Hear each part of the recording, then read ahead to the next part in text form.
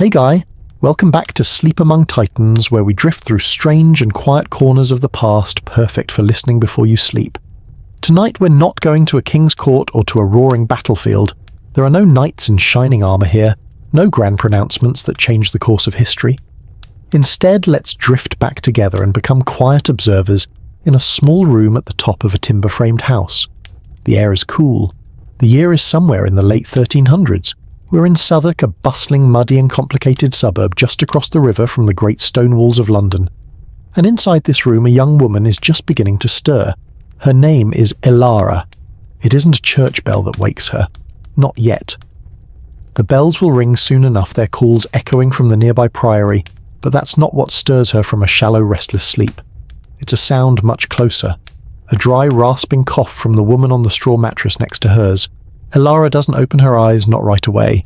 She just lies there, a still form in the dim light, listening to the other woman's breathing settle again into a quiet rhythm. The morning hasn't really decided to arrive yet. It's more of a thin grey suggestion of a morning filtering through the single small window. There's no glass in that window. Glass is for churches and the homes of rich merchants. This is just a piece of oiled linen stretched tight across a wooden frame, turning the world outside into a pale, blurry smudge. We watch her as she lies still beneath a heavy blanket. It's made of coarse, scratchy wool, but it holds a little pocket of warmth against the chill of the room. The air around her smells of things. Simple everyday things. The faint, waxy ghost of a tallow candle that burned down to its stub last night. The dusty herbal scent of dried yarrow and chamomile hanging in bunches from the low rafters. And underneath it all, the constant damp river smell of the Thames, a reminder that the great artery of London is just a few streets away. This room is her world for now. It's small, shared with two other women, but it's the quietest place she knows. But this room sits inside a house, and this house sits inside a very particular, very strange part of medieval England.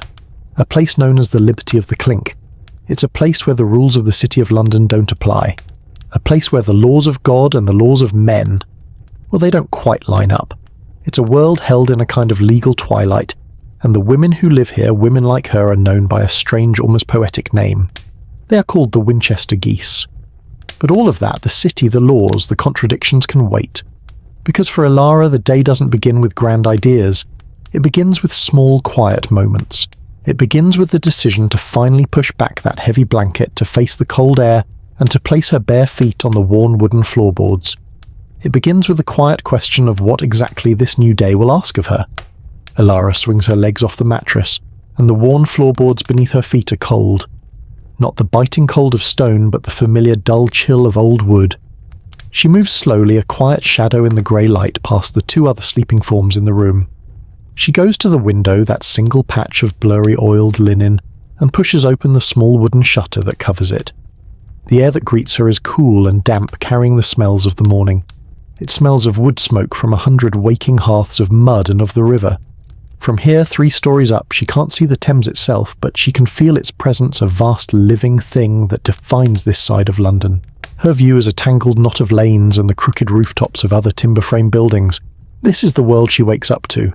And to understand Elara's day, we have to understand this small patch of ground she lives on. This isn't London, not really. It's called the Liberty of the Clink. The word liberty sounds like freedom, doesn't it? But here it means something different. It means a place that is free from the authority of the City of London across the river. The Lord Mayor, the sheriffs, their laws and their taxes have no power here. This small pocket of Southwark operates under its own set of rules a world apart, and the person who makes those rules, the landlord of this entire district, is perhaps the most surprising figure of all. It's not a crime lord. It's not a powerful merchant guild. The master of the Liberty of the Clink, the man who owns the land on which Elara's house is built, is the Bishop of Winchester. It's a strange thought to hold, isn't it? Bishop, a prince of the church, one of the most powerful and wealthy religious men in all of England, is the primary landlord for London's tolerated district of sin. While the priests in the churches preach against temptation and lust, the bishop's own administration is collecting rent from the very houses where that sin is sold. This wasn't seen as pure hypocrisy at the time, but as a form of dark pragmatism. The medieval mind believed that sin was inevitable. The desires of men were a constant, powerful force, so rather than letting it run wild throughout the city, the authorities, in this case the church and the crown working together, decided it was better to contain it. to confine it to a specific place to regulate it, and yes, to profit from it. The money collected here from rents and fines went into the bishop's coffers, making the Diocese of Winchester incredibly wealthy. It was a strange, complicated dance of piety and profit, and the women who worked in these houses, the houses licensed by the bishop, they earned a unique name from this arrangement. They were known all across London as the Winchester Geese. It's a sad, dismissive sort of name. Like the geese that wandered the muddy lanes, they were seen as common, noisy, and ultimately as property of the bishop. The houses themselves were called stews. The name came from their original function as public bathhouses where people would go for a hot soak. Over time, these bathhouses also became places to meet to drink and eventually the primary location for prostitution. By Elara's time, the bathing part was mostly forgotten, but the name stuck. She lives in a stew. As she stands at the window, the sounds of the Liberty begin to rise. Not the sharp clatter of hooves on cobblestone. Most of these lanes are still packed earth and mud, but the dull rumble of wooden cartwheels, the calls of the ferrymen down at the riverbank shouting for passengers to cross to the city, the clang of a nearby blacksmith's hammer starting his day's work. It's a working-class soundscape, rough but alive. This place, this small, strange Liberty, is a world built on a contradiction. It is a place of sin licensed by the holy, a place of women controlled entirely by men. It is both a prison and in some very small ways a sanctuary. Here, a woman like Elara is at least a known entity. Her work is regulated, her house is licensed. It offers a sliver of protection that a woman working illegally in the dark alleys of London proper would never have. But that protection comes at a price. The price is her name, her reputation, and her freedom to ever truly leave this world behind. Her entire existence is tied to this small patch of land, owned by a distant, powerful man she will never meet. Elara watches a moment longer, then closes the shutter, plunging the room back into its dim, quiet state. Her brief connection to the outside world is over.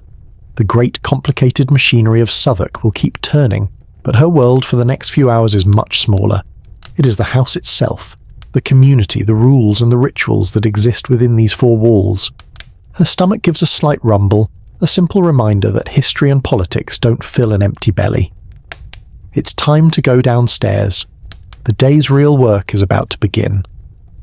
Let's follow her as she turns from the window and heads for the narrow creaking stairs. The stairs groan softly under Elara's weight. Each step is worn smooth in the centre, a shallow dip carved by the countless journeys of the women who have lived here before her. The stairwell is narrow and dark, a tight spiral that feels like the inside of a seashell smelling of old wood and dust. As she descends, the air grows colder, and the quiet of the attic room is replaced by the deep, hollow silence of the house's main chamber. She steps into the common room. By night, this space is filled with the heat of bodies, with the light of lamps and the hearth, with the sounds of rough laughter, music and negotiation. But now in the pre-dawn chill, it's an entirely different creature. It's a ghost of its nighttime self. Long trestle tables and simple wooden benches stand like sleeping animals in the gloom. The great stone hearth that dominates one wall is a black empty mouth holding nothing but a bed of grey feathery ash. The air is thick with the lingering scents of last night's stale ale, spilled wine, and the faint, greasy smell of mutton fat from the lamps. Elara is not the first one awake. A figure is already moving near the hearth. It's Agnes, a woman perhaps 20 years older than Elara, her face a map of long nights and weary mornings. She doesn't speak, merely gives Elara a slow, deliberate nod of acknowledgement. It's a gesture that says everything that needs to be said. Another day has begun. The work starts now. Together they begin the first and most essential ritual, waking the fire. It's a task of patience. Elara kneels on the cold hearthstone, her hands raw from the chill. She uses a small iron shovel to clear away the bulk of the old ash, saving the larger half-burnt embers. Agnes returns from a back storeroom with an armful of dry kindling twigs and wood shavings that smell of pine. They lay the foundation carefully, a bed of shavings, a lattice of twigs, and then a few larger pieces of split log on top. Then comes the magic. Agnes takes out a piece of flint and a C-shaped piece of steel. She strikes them together again and again. A sharp clink, clink, clink echoes in the quiet room. For a moment, nothing. Then a tiny, brilliant spark flies, landing on a piece of charred linen kept in a small tin. A faint orange glow appears no bigger than a ladybug. Agnes hunches over it, protecting it with her cupped hands, and blows. A soft, steady breath. The orange glows brighter, a wisp of smoke rises, and with a gentle whoosh, a tiny hungry flame is born. They feed it, nurture it like a newborn. First the smallest twigs, then the larger ones, until the fire is strong enough to lick at the logs. A warm golden light begins to push back the shadows, and the soft crackle of burning wood becomes the first real sound of the new day. It's a small primal victory against the cold and the dark. The next task is water. While Agnes tends the fire, Elara and another girl barely 16 who has just come down the stairs take up the heavy wooden buckets. They unbar the thick oak door and step out into the lane. The air outside is sharp and bites at their exposed skin. The skies are pale, bruised purple. The street is not a bustling place yet, but it's stirring. A baker's boy hurries past with a tray of dough on his head. A man leads a stubborn donkey laden with sacks. No one looks at them. In the early morning, everyone is simply a worker focused on their own tasks. They join a small line of women and children at the public pump, their buckets clanking on the muddy ground. The work is hard. The iron handle of the pump is stiff and cold, and the water that gushes out is icy. They fill their buckets, the weight straining their arms and shoulders as they make the slow, careful walk back to the house, trying not to spill a drop. When they return, the common room is transformed. The fire is now a cheerful, roaring blaze. And another presence has arrived. Mistress Mab, the stew holder, is standing by the hearth warming her hands. She's a woman of indeterminate age with sharp, intelligent eyes that miss nothing. She isn't cruel, not usually. She's a businesswoman. This house, and the women in it, are her investment. Her voice is low and practical when she speaks. The floor's next, Elara. Use the sand. Agnes is the porridge started. Her presence shifts the atmosphere. The quiet companionship of the women is replaced by the low-level hum of supervised labour. Under Mab's watchful eye, the morning chores begin in earnest. Elara fetches a bucket of damp sand and scatters it across the wooden floor. Then with a stiff broom made of bound twigs she begins to sweep. The sand acts as an abrasive scrubbing away the dirt and grime from the night before, gathering it into dusty piles to be collected. Meanwhile, a large black pot has been hung over the fire, and Agnes is stirring a thick, bubbling oatmeal porridge. This will be their breakfast. The women gather around the tables as the sun finally begins to cast weak rays of light into the room. They eat from simple wooden bowls, their spoons scraping the sides. The porridge is plain, sweetened only with a small dollop of honey for those who earned a little extra favour. They eat mostly in silence, too tired for conversation. The talk when it happens is in whispers. A complaint about a sore back. A question about the price of ribbon at the market. After the bowls are scraped clean, the main work of the morning begins. It is not glamorous. It is not what the stories or songs would have you believe. It is the endless, relentless cycle of mending and washing. Mistress Mab brings out a large basket filled with torn clothes, stained linens and bedding. This is the collateral damage of their trade. Elara finds a seat on a bench near the fire, the warmest spot in the room. She takes a chemise with a long rip along the sleeve. The fabric is rough linen. She threads a needle, her fingers deft and quick from endless practice, and begins to sew. The repetitive motion is almost meditative, stitch after stitch, pulling the fabric together, making it whole again. All around her, other women are doing the same, mending the tools of their trade. This garment she holds is more than just a piece of clothing. It's part of a uniform in a way. There are rules about what she can wear both inside this house and especially outside of it. Rules designed by men by the bishop's administration to mark her, to define her. Rules that she must follow perfectly or face a fine that she could never hope to pay. Each stitch she makes is a stitch that keeps her life in order, that keeps her on the right side of Mistress Mab and on the right side of the strange laws of this liberty. The simple act of mending is an act of survival. Elara's needle moves in and out of the rough linen, a tiny rhythmic flash of polished steel. Each stitch is neat, practical, born of endless repetition. The chemise across her lap is more than just a layer of clothing to keep her warm. It's a piece of her work uniform. And in the liberty of the Clink, the uniform had rules. Lots of them. It's one of the strange ironies of her life. To practice a trade that the rest of the world called lawless, she had to follow a rulebook more strict than that of almost any other profession. It was as if a committee of very serious grey-bearded men had spent a great deal of time and parchment pondering the best way to organise sin. The most obvious rules were about clothing. It wasn't enough to just be a Winchester goose. You had to look the part according to a very specific dress code. Depending on the exact year and the current regulations, this might mean a striped hood, or perhaps a cap of a particular colour. Sometimes it was a band of fabric sewn onto the sleeve or the hem of her dress. The goal was instant identification. It was a signal to the world, a wearable label that said, "This woman is not like you. She lives under a different set of laws." There's a quiet absurdity to it. Imagine those officials debating the exact shade of yellow or blue that best communicated officially sanctioned temptation. For Elara and the other women, it was just another part of the daily routine. Before you could even think about earning a coin, you had to make sure your uniform was correct, your stripes were straight. A misplaced ribbon could earn you a fine from the bailiff, and no one had money to spare for fashion-related offences. These rules of appearance were tied to even stricter rules of geography. An invisible wall existed at the southern end of London Bridge. On most days, Elara and the other women were forbidden from crossing it. They could stand on the Suffolk side and look across the Thames at the spires and crowded rooftops of the great city, a place they were not welcome. A whole world of respectable people scurrying about their respectable lives, pretending they never got lonely, or had a drink too many, or ever felt the need to cross that bridge into the Liberty after dark. Of course, there were exceptions. On certain market days, they might be allowed into the city to shop, but they had to wear their identifying clothes. They were guests, visitors on a leash, constantly marked as outsiders. But the truly fascinating rules, the ones that show the incredible detail of this system, were the ones that governed the business itself. Inside the stew, there was a professional code of conduct that would make a modern HR department proud. Mistress Mab would often recite them, her sharp eyes scanning the common room. "Remember, girls," she'd say, "no woman shall drag any man into the house by his coat or by his cloak." There was a strange dignity in that rule. You could tempt, you could entice, but you couldn't be too grabby. You had to respect a man's tailoring. Another rule: no woman shall keep a man in her chamber against his will, and its companion: no woman should take any money from a man if he regrets his decision before the act.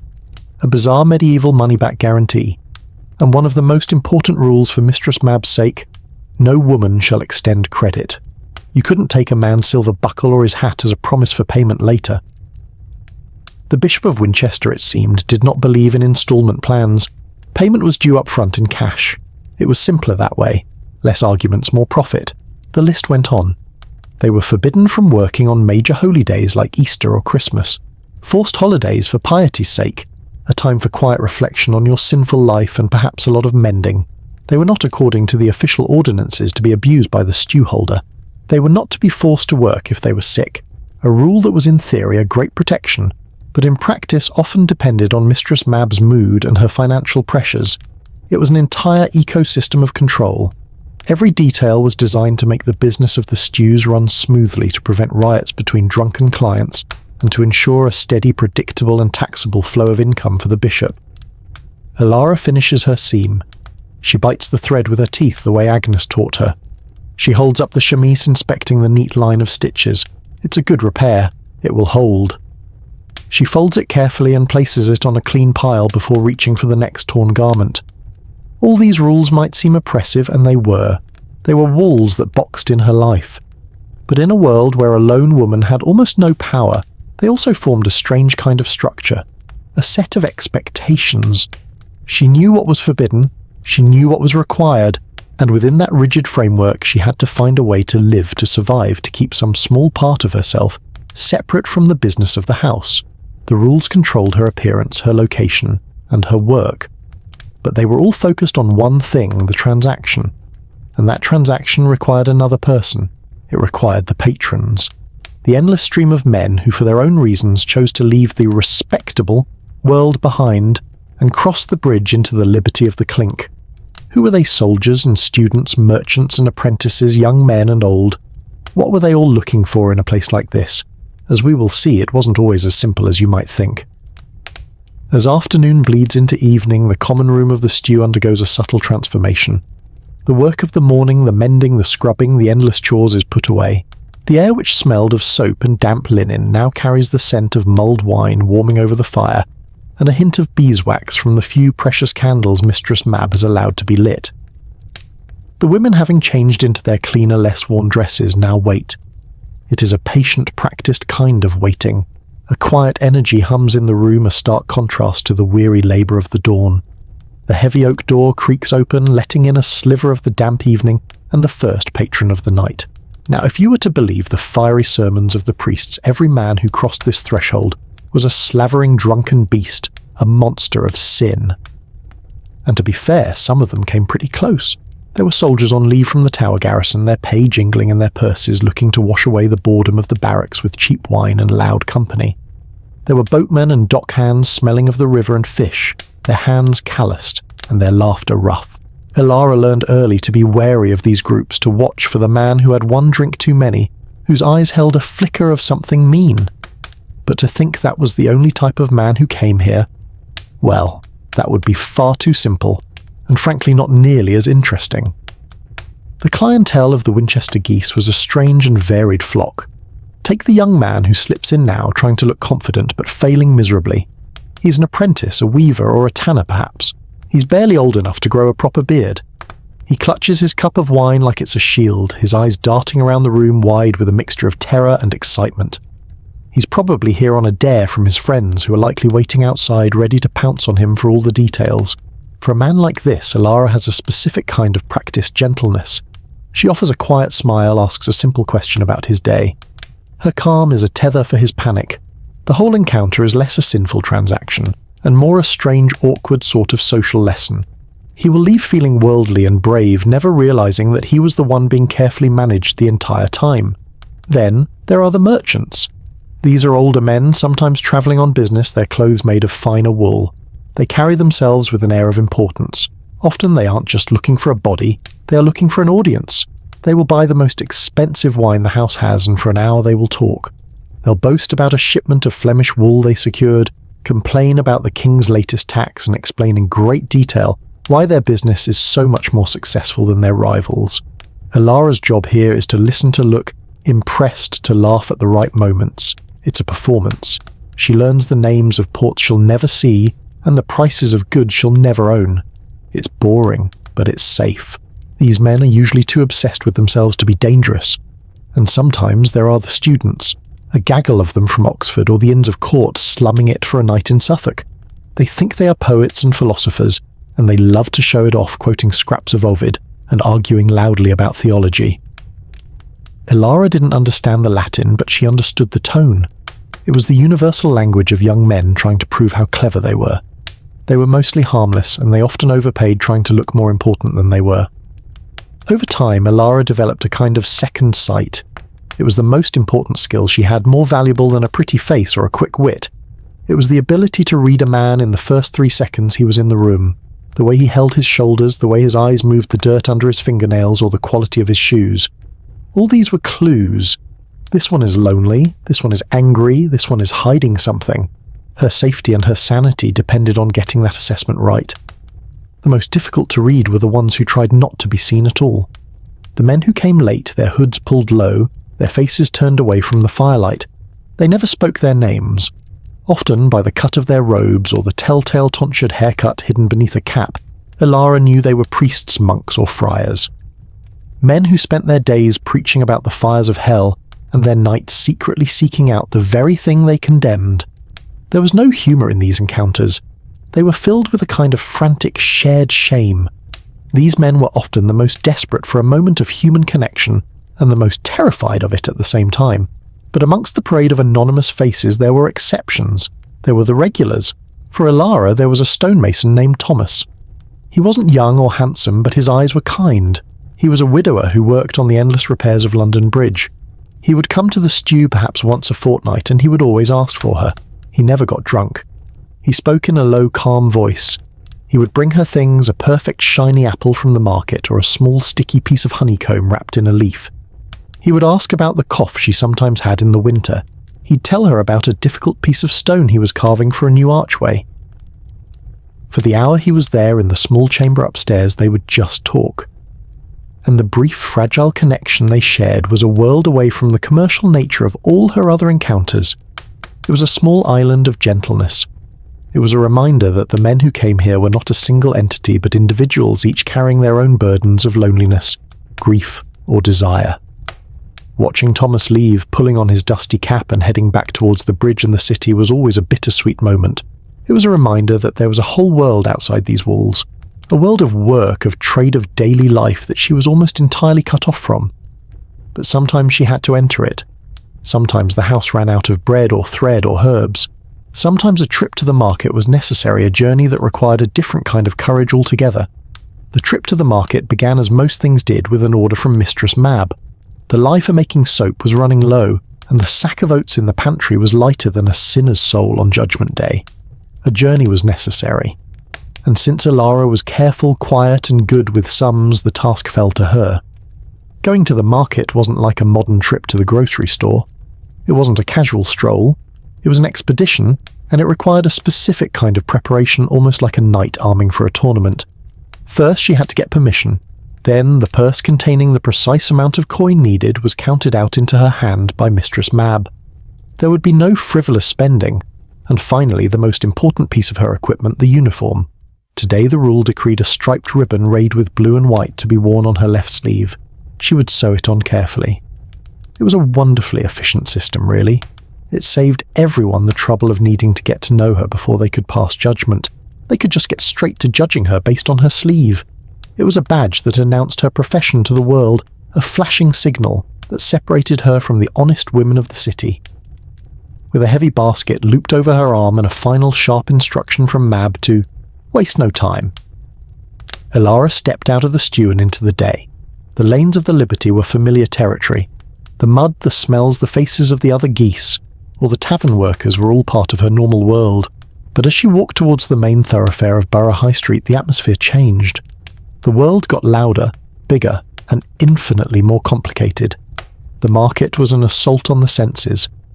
After the dim, predictable interior of the stew, it was like stepping from a quiet chapel into a carnival. The air was a thick soup of smells, the warm, heavenly scent of baking bread from one stall, the sharp, oily reek of fish from another, the sweet smell of rotting fruit on the ground, the earthy scent of livestock, and the exotic, dusty aroma of spices from a merchant's table. Sounds came from every direction, vendors bellowing, trying to outshout one another. Pies, hot pies, good wool cheap, the bleating of sheep in a wooden pen, the squeal of a pig, the constant chaotic hum of hundreds of conversations happening all at once. For a woman used to the measured quiet of the morning chores, or the hushed negotiations of the evening, it was overwhelming. And then there were the looks. This was the hardest part of the journey. As Elara moved through the crowd, basket held tight, she could feel the eyes on her. It was rarely outright hostility. It was something more subtle and perhaps more powerful. It was a slight tightening of a woman's lips as she pulled her child closer. It was a group of apprentice boys who stopped their shoving to stare, whispering behind their hands. It was the honest wives, the bakers' and butchers' spouses who would look at her, then look away, a silent, swift dismissal. The judgment from the other women was always the most acute. Their gazes, cold and appraising, seemed to strip her bare right there in the middle of the crowd. In their eyes she saw a cocktail of emotions, contempt certainly, but also a flicker of morbid curiosity, and maybe a sliver of fear, as if her sin were a disease that could be caught by breathing the same air. To survive this, Elara had perfected a particular kind of walk, not too fast, which might seem like she was fleeing, and not too slow, which might be mistaken for soliciting. It was the carefully calibrated pace of someone trying very hard to be invisible, which thanks to the striped ribbon on her sleeve was completely impossible. She kept her eyes down her face, a polite blank mask. She reached the stall that sold grains and flour. The merchant's wife, a large woman with flour dusting her eyebrows, saw Elara approach. Her friendly chatter with the previous customer ceased. Her face became a mask of pure business. "What do you need?" she asked, her voice flat. "Oats, if you please." Elara said, her own voice barely a whisper. "Half a stone." She watched as the woman scooped the oats into a sack, weighed them on the large iron scale, and tied the top. Elara counted out the coins into her palm, the exact amount. The woman took them without their hands touching. The entire transaction took less than a minute, a small tense play, performed in the middle of the market's chaos. Next was the lye bought from an apothecary, whose stall smelled of herbs and chemicals. The apothecary, an old man with spectacles perched on his nose, was more interested in his ledgers than in his customers. He barely looked at her, which was a relief. With the heavy oats and the carefully wrapped lie in her basket, her mission was complete. The journey back was always quicker. The pull of the familiar of the one place she wasn't an outcast was strong. As she turned back into the warren of lanes that made up the Liberty, she could feel the tension in her shoulders begin to ease. The loud, chaotic world of the market receded behind her. She pushed open the door to the stew, and the familiar smell of wood smoke and wine greeted her like an old friend. Agnes looked up from her mending and offered a small, tired smile. Here the ribbon on her sleeve meant nothing. Her identity was not defined by a piece of striped cloth. She presented the goods and the few remaining coins to Mistress Mab, who inspected them with a quick, practiced eye before giving a sharp nod of approval. The expedition was over. She had ventured into the outside world and returned unscathed. And it was always on returning from these trips that Elara felt it most keenly.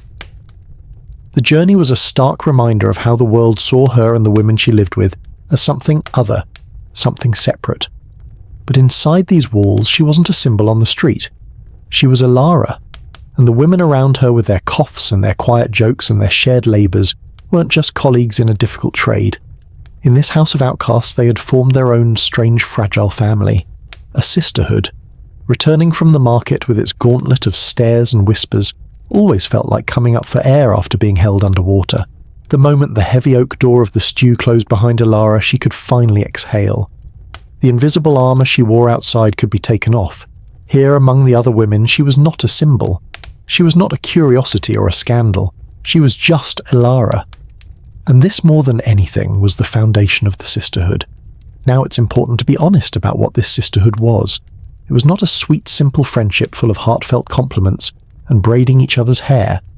It was a far more practical and complicated affair forged in the fires of shared hardship, mutual suspicion, and the occasional very well-aimed bit of gossip.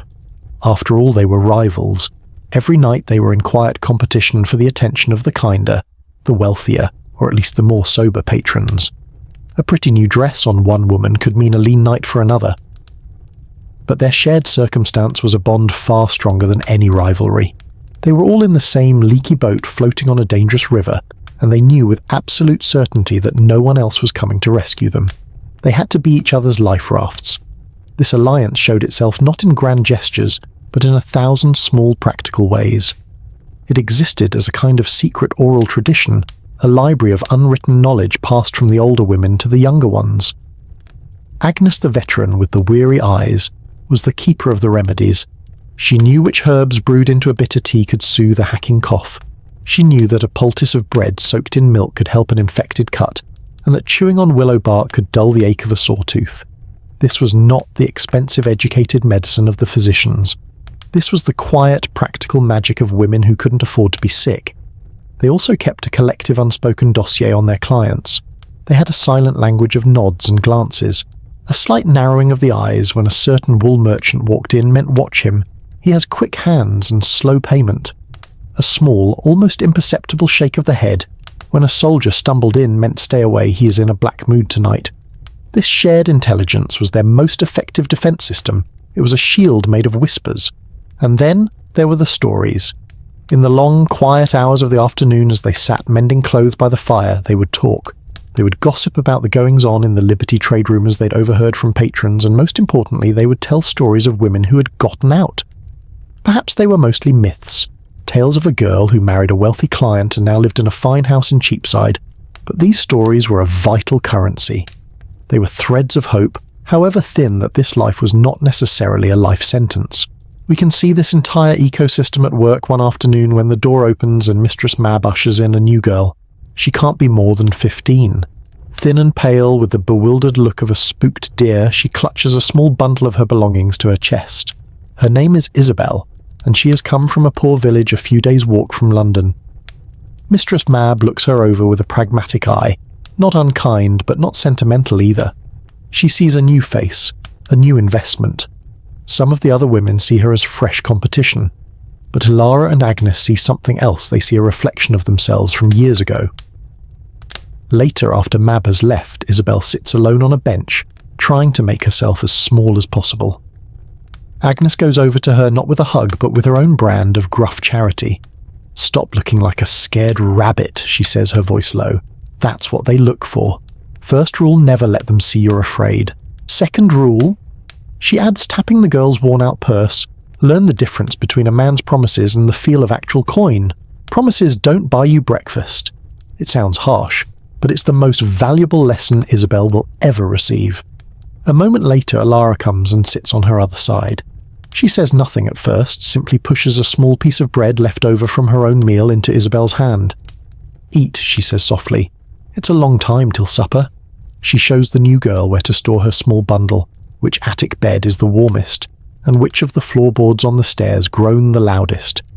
It's a quiet act of welcome and acknowledgement that another person has joined their strange, difficult family. This was the unspoken pact. They protected each other. If a man's voice became too loud or too aggressive from behind a closed door upstairs, a bucket of water might be accidentally spilled in the hallway, creating a commotion. Or two women might start a loud staged argument, a distraction just big enough to break the tension and remind the man that he was not in fact alone with his victim. They were small rebellions, tiny shifts in the balance of power. The sun begins to set outside the window of the stew and the day winds down. The stories are told, for now the new girl is being shown the ropes, and the bonds of this strange sisterhood hold them all together. The house settles into a fragile peace, wrapped in the dark of the night. And in the deep quiet that follows, when the noise of the patrons has faded and the city itself seems to hold its breath, the world can feel different. It is a time for reflection, a moment of transition when the day's harsh realities give way to something else. The house is finally still. The last of the patrons has long since stumbled out into the night. The heavy bar has been dropped across the door. The lamps have been extinguished one by one, leaving the common room in the deep shadows, its only light coming from the soft, hypnotic orange glow of the embers in the hearth. This is the quietest time, the dead of night. The time between the last echo of the evening's business and the first hint of the coming dawn. The sounds of the day are gone. There is no shouting from the street, no clatter of work, no murmur of negotiation. The only sounds now are the intimate whispers of the house itself, the soft sigh of the fire as it settles, the groan of a timber as the old wood cools, the faint rustling whisper of a mouse exploring the darkened corners of the pantry. Upstairs in the attic room, the women are asleep. We see Elara, Agnes, and the new girl Isabel, their faces softened by sleep, their breathing deep and regular.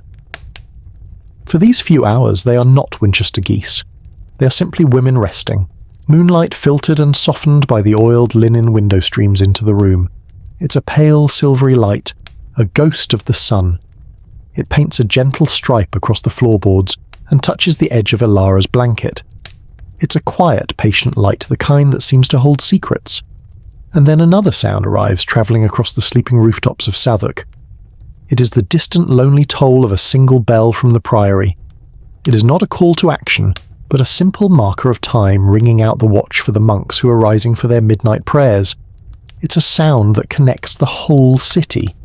The same bell is heard by the baker in his bed, the nobleman in his fine house, and the women in this stew. It measures out everyone's life, saint and sinner alike, with perfect impartiality. It's funny, isn't it? The day is for the body, for the work, the aches, the chores, the fleeting moments of connection. But the night, especially this deep, quiet part of it, the night belongs to the mind, and the mind is often a much messier, more complicated place than a muddy London lane. As Elara lies there hovering in the gentle space between sleep and wakefulness, the practical thoughts of the day dissolve. You don't think about the price of oats or a torn seam in the quiet of the night. The mind drifts to deeper waters. It wanders to the small, persistent tickle in your chest, and you wonder if it's just the winter chill or something more.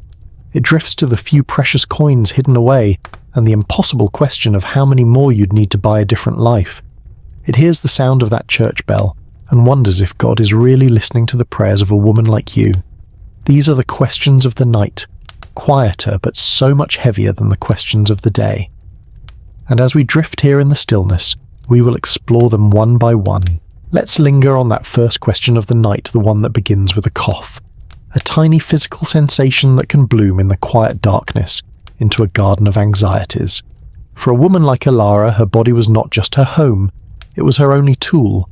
A carpenter worries about his chisels, a scribe about his hands and his eyes.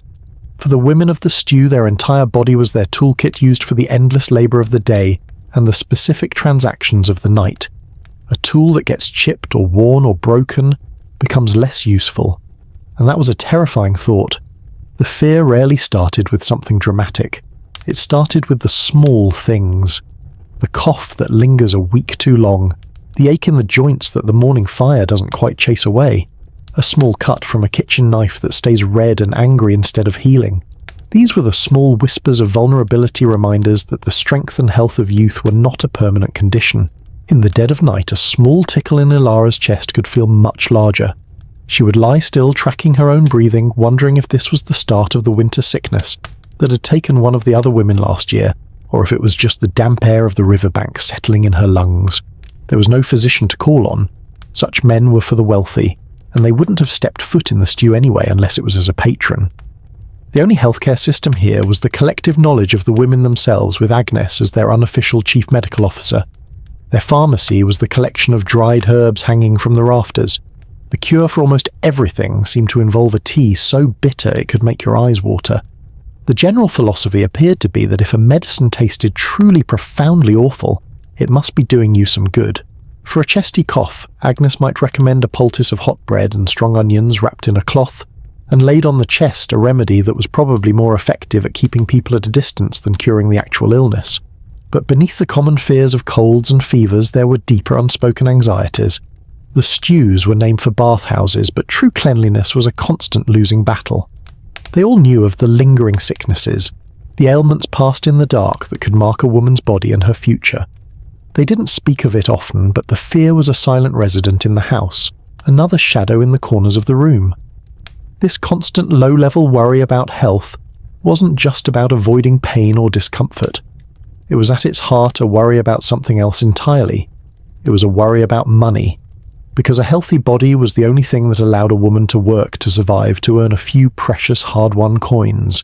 And what you did with those coins, the small secret hopes you pinned on them, well, that was a different nighttime thought entirely. That thought of money leads us to another nighttime ritual, one performed in absolute silence and secrecy. In the dark, a hand might slip from under a blanket, not to scratch an itch or adjust a pillow, but to touch a specific spot on the lumpy straw mattress. To feel through the rough cloth the hard, reassuring outline of a few hidden coins. Money in a place like the stew was a secret. It lived in the dark. It was tucked into the tightly packed straw, sewn into the hem of a petticoat, or hidden beneath a specific floorboard that had been carefully pried up and replaced 100 times. It was a lot of security for what often amounted to just a handful of silver pennies and copper groats. But it was their handful, and in a life where almost nothing was truly their own, that made all the difference. The financial reality of the stew was a masterpiece of careful engineering. Mistress Mab had a complicated and highly effective system, designed to ensure that, while the women rarely starved, they very rarely soared either. A large portion of every transaction went directly to the house for bedboard and firewood. More money could be docked as fines for any number of infractions, a dress that wasn't mended neatly enough, a sharp word spoken at the wrong time, or being too slow to get the morning chores done. What was left over the few coins a woman could claim as her own was a tiny fraction of what she had earned, and so this small hidden treasure became the focus of her dreams. But the dreams of a Winchester goose were not by and large the dreams of storybooks. They weren't fantasies of marrying a prince or discovering a lost inheritance. Their dreams were smaller, more practical, and far more poignant. They were built to the scale of the possible. What could a handful of pennies buy first? It could buy comfort. The dream of a new pair of shoes, sturdy leather ones that didn't let the damp of the muddy lanes seep in to chill your bones. The dream of a thick wool cloak to replace the threadbare one that did little to stop the biting winter wind. These were not dreams of luxury, but of survival. The dream of being warm and dry. Then there were the dreams of beauty, or maybe just dignity. The dream of buying a bright red ribbon from a market stall, a splash of defiant colour to tie in her hair. Or a small cheap tin mirror no bigger than her palm so she could see her own face, clearly, not as a blurry reflection in a bucket of water. These were small purchases that declared in a quiet voice, "I am still here. I am still a person." And for some, the coins were saved for a more spiritual purpose. The dream of having enough to pay the priest at the nearby church of St. Margaret to light a tall candle for the soul of a dead mother. Or the even grander dream of saving enough to join a pilgrimage for a few days to walk the roads with the faithful and wash away some of the grime not just from the body but from the soul.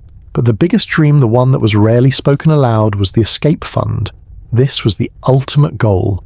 The slow, patient, almost impossible dream of saving enough to one day walk out the door of the stew and never come back. Enough to rent a small room in a town far from London, a place where no one knew her face or her past. Enough to buy a spinning wheel, or enough thread to set up as a seamstress. It was a mountain to be climbed 1 penny at a time. Every coin added to the secret stash was another step up that mountain. We can imagine Elara now lying in the dark, the weight of her few coins a familiar presence. They are not just metal, they are potential. They are a new pair of shoes. They are a lit candle. They are perhaps the first step on a long road leading away from Southwark. Each coin is a piece of solidified hope, a tiny heavy anchor to a possible future. But saving money to buy a new, more respectable life raised a deeper, more difficult question. Could you truly buy redemption? Could you wash away the past with a purse full of silver, or did that require something else entirely? A different kind of payment offered up to a much higher authority. So let's turn to that higher authority, to God, and to his vast, complicated, and sometimes contradictory presence in the life of a Winchester goose. What did God think of Elara, and what did Elara think of God? It must have been a confusing arrangement, spiritually speaking. The very institution that told you your soul was in mortal peril was also quite literally your landlord. The bishop's seal was on your eviction notice and on the Bible in the parish church. One imagines prayers at night could get a bit complicated. Dear Lord, please forgive me my sins. And could you also have a word with the bishop about not raising the rent? This was the great contradiction that sat at the heart of Elara's world. She lived in a house of sin licensed by a man of God. But this didn't mean faith was absent from her life. Far from it. In the 14th century, faith was like the air you breathed. It was everywhere. In the tolling of the church bells that marked the hours in the holy days that structured the calendar, in the oaths men swore in the taverns, you couldn't simply opt out. So Elara, like the other women, constructed her own private faith separate from the official judgmental version she heard about in sermons. Her prayers whispered into her pillow in the dark of the attic room were not the formal Latin prayers of the priests. They were conversations. They were desperate, hopeful, and deeply personal. She didn't pray for riches or for a miracle. She prayed for small things. She prayed for her health to hold. She prayed for the new girl, Isabel, not to be too frightened by the loud noises of the house. She prayed for Thomas, the stonemason's hands, to stay steady on his chisels. And sometimes, in a hesitant, hopeful sort of way, she would pray for her own soul. Occasionally she would find the courage to go to church. She would never go on a major feast day when the crowds were thick. She would choose a small, simple service on a weekday. She would slip in late after everyone else was seated and stand in the shadows at the back of the nave near the great stone font of holy water. The experience must have been overwhelming. The air inside the church of St. Margaret was cool and smelled of incense, melting wax, and ancient stone. The light from the outside world was transformed as it passed through the stained glass windows, painting the floor with shimmering pools of sapphire blue and ruby red. The sound of the priest chanting would echo in the high vaulted ceiling, a sound that seemed to come from heaven itself. For a woman who lived in the crowded, noisy, and often squalid confines of the stew, this must have felt like a different universe. It was peaceful, but it was a complicated peace. From her spot in the shadows, she could see the backs of the honest women of the parish, the same women who would give her the look in the market. Here she was, seeking God's mercy in a room filled with human judgment. She was an outsider even in the house of God, and so she found her own patrons in heaven's saints, who might understand her better than the priest at the altar. She might whisper a prayer to the Virgin Mary, the Mother of God, a prayer from one woman to another, a plea for maternal protection, in a world of harsh men. But her most fervent prayers were likely saved for another Mary, Mary Magdalene, the fallen woman, the sinner who was redeemed by Christ. The Magdalene was their patron saint of second chances. She was proof that a woman's past did not have to be her entire story. She was a symbol that even a life lived in the shadows could end in the light. In the stories of the saints, the women of the stew could find a reflection of their own hopes for forgiveness.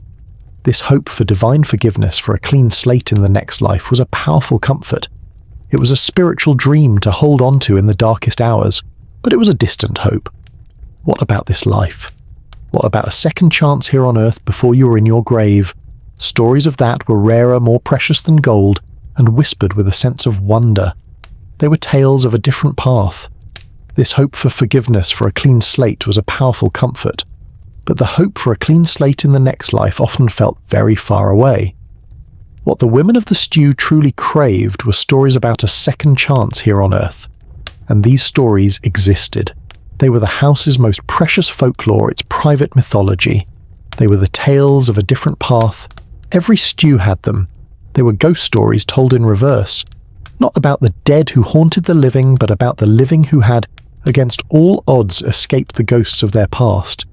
The details would shift, with each telling the heroine's name might change, but the core of the story was always the same: someone got out. In this house, the legend was of a woman they called Elara. No one present had ever met her, but everyone knew her story, or rather her stories, because there were 3 versions. The first and most popular version was the path of marriage. This wasn't the stuff of ballads with a handsome knight falling in love and sweeping a lowly maiden off her feet. The reality and the story was far more practical.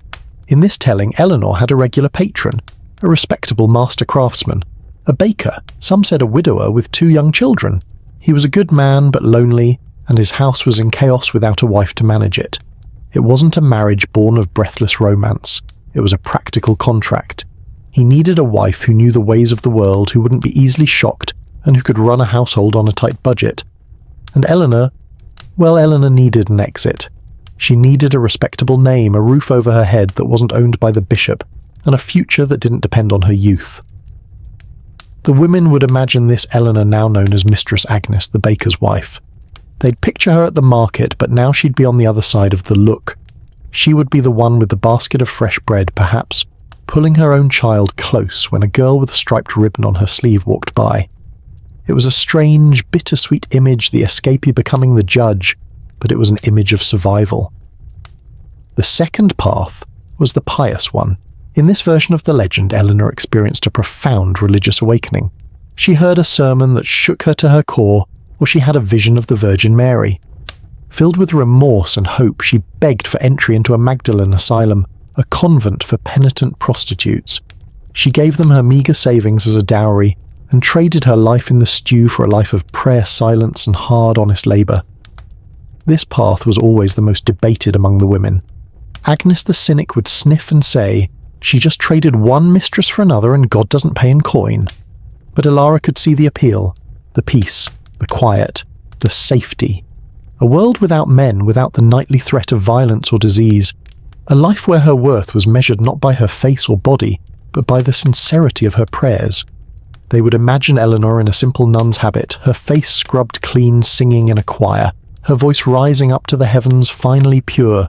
But the third path, the rarest and most admired of all, was the path of disappearance. This was the story of the woman who saved herself. This version connected directly to that secret stash of coins, the one a woman guarded so carefully. In this legend, Elara didn't rely on a husband or on the church. She relied only on herself. For years, she patiently, secretly saved every spare penny. She resisted the temptation to buy a new ribbon or a bit of honey for her porridge.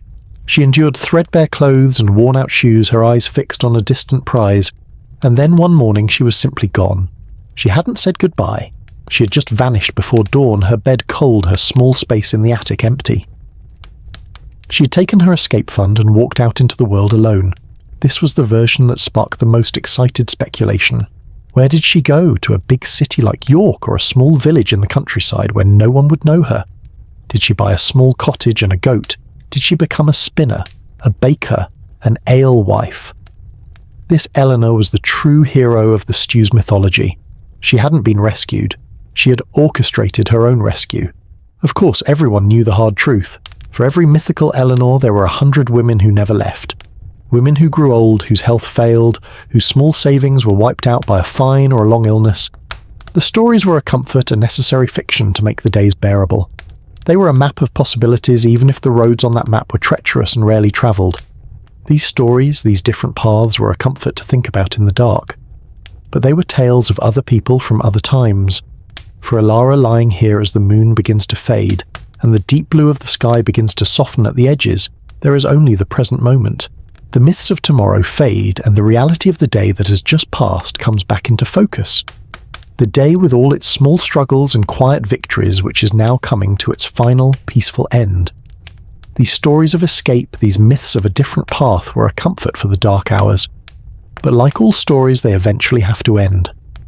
As the moon begins its slow descent from its highest point in the sky, and the deep black of the night softens to a dark velvety blue, the time for telling tales is over. For Elara lying in her bed, there is only the present moment. The day that has just passed, with its market trips and its mended seams, its flash of fear and its flicker of kindness is now coming to its final peaceful end.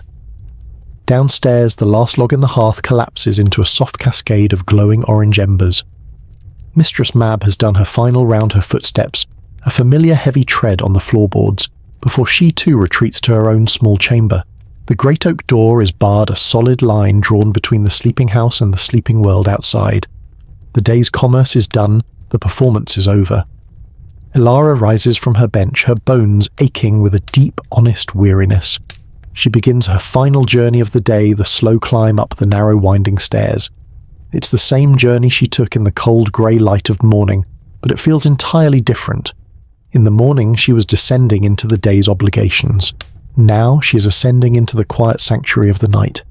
Climbing the stairs at this hour always felt like a slower process than going down them. Gravity, it seemed, was much heavier after a long day of dealing with other people's problems. She slips back into the attic room. It is unchanged, a small still diorama of sleep.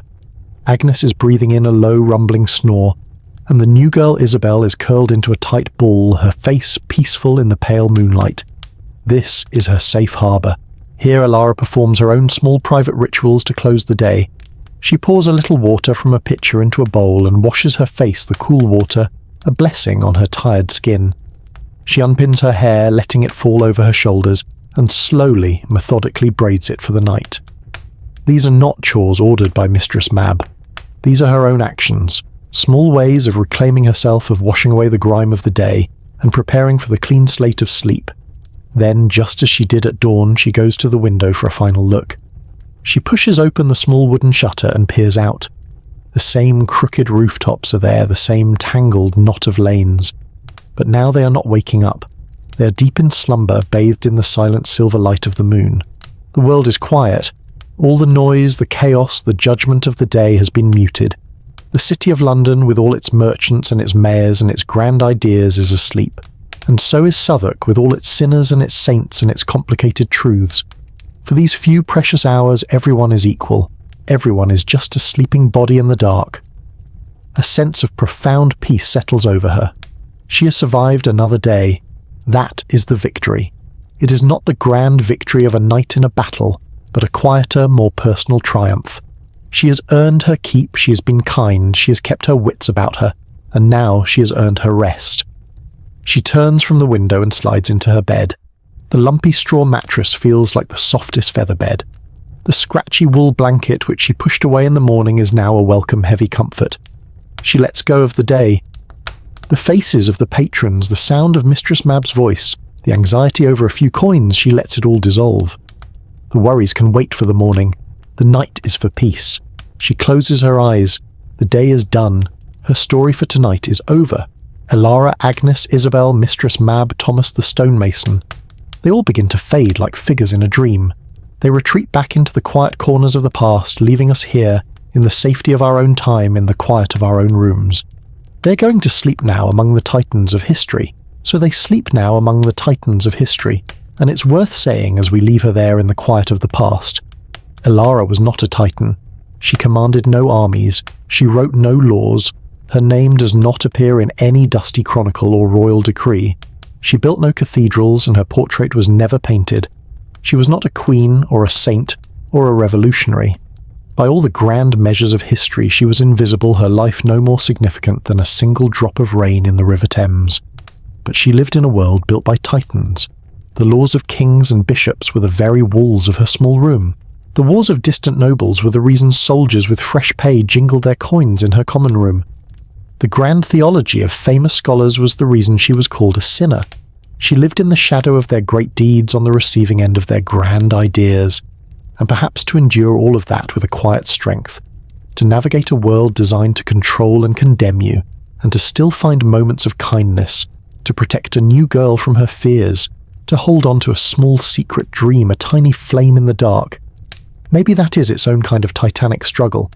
The struggle not to change the world, but to simply survive it with your soul intact. But her world has faded now. The cold floorboards of her attic room are gone. The distant shouts from the tavern have disappeared.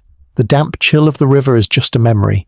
All that is left is the quiet of your own room, the safety of your own space, the warmth of your own bed, and the gentle, easy rhythm of your own breathing. Her long, difficult day is finally over, and now yours can be too. Sleep well.